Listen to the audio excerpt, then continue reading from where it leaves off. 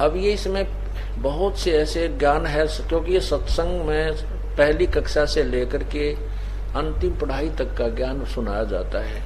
और जो बच्चे पहली कक्षा के हैं वो पहली वाला ज्ञान सुनेंगे, समझते हैं, और जो उच्च कक्षाएं में हो गए हैं वो उस ज्ञान को भी साथ साथ समझ रहे हैं। अब इसमें क्या बताया है, ये है वो अंतिम, जिनको सारनाम मिल गया है वो समझ जाएंगे इस बात को।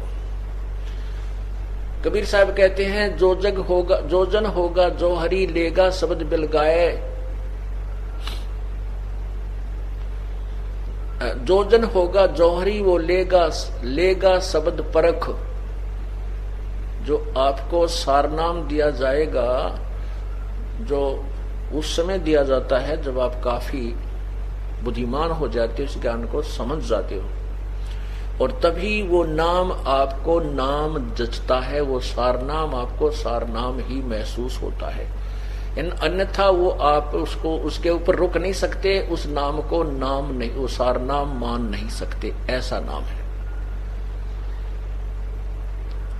कहते हैं जो जन होगा जो हरि लेगा शब्द परख, और कहते हैं यो सार नाम मेरा आदि का और सुन मत जाइयो सरक। ये जो नाम सार नाम आपको दिया जाता है वो मेरा वही वास्तविक नाम है, इसको सुनकर सरक मत जाना, डगमग मत हो जाना। जो जन होगा जो हरि लेगा नाम परख, वो परख लेगा उस नाम को, कहा वह सही है, ये तो गुरु जी ने जो दिया है सच यही है। और ये कहते हैं यही नाम मेरा आदि का, और सुनकर मत जाइयो सरक, कहते डगमग हो जाओ, यो किसा सारना हो, यो ऐसा हुआ कर सारना, ऐसे मत सोचना। कहते हैं ये मेरा नाम आदि का है। तो यहाँ क्या कहते हैं, सत्य स्वरूपी पांच तत्व का धरनी मेरा जानो ज्ञान अपारा, जो सत्य स्वरूपी नाम साहिब का सोए नाम हम।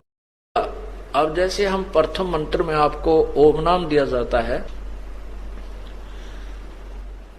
वो सावित्री ब्रह्मा जी का जाप है, अर्थात वो स्वाद चक्र को खोलने की कुंजी है।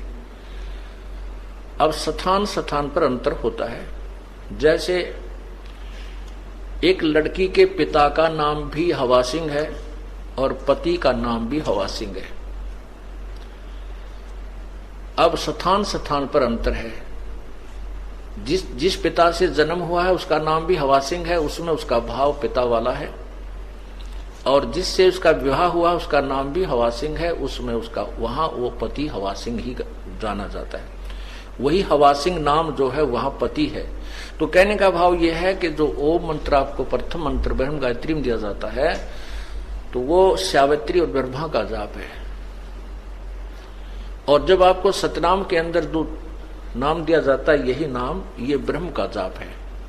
और तत् जो दूसरा मंत्र है वो परब्रह्म का जाप है। जैसे अब तीसरा नाम लेने की होड़ सी लगी थी, सार नाम लेने की, सार शब्द लेने के लिए हमने बार बार प्रार्थना आ रही थी कि हमें सार नाम दो जी, सार नाम दो जी, तीसरा नाम दे दो जी। अच्छा भाई, अभी जेल से आए हैं, अभी थोड़ा सा अपनी व्यवस्था में बनाने में थोड़ा टाइम लगे, हमने 2-3 महीने लगे, और आपको सार नाम देंगे, अवश्य देंगे, क्योंकि ये तो आपके लिए सारा साजबाज जोड़ रखा है।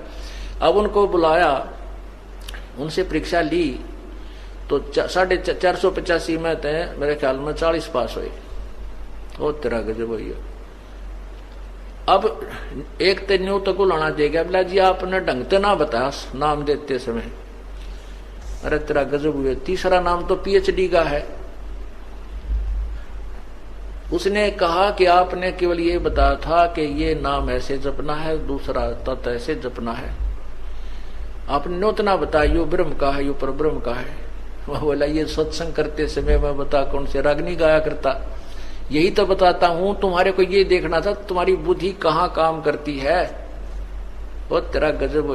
और फिर मन ने उलाना देने का, आपने ढंग से ना बताया है, यह भी उलाना उठूंगा भाई। आए सत्संग में बताता हूं, हर बार कहता हूं कि तत् यो ब्रह्म ओम ब्रह्म का जाप है, और तत् जो दूसरा मंत्र ये पर ब्रह्म का जाप है, और तीसरा पूर्ण ब्रह्म का जाप है।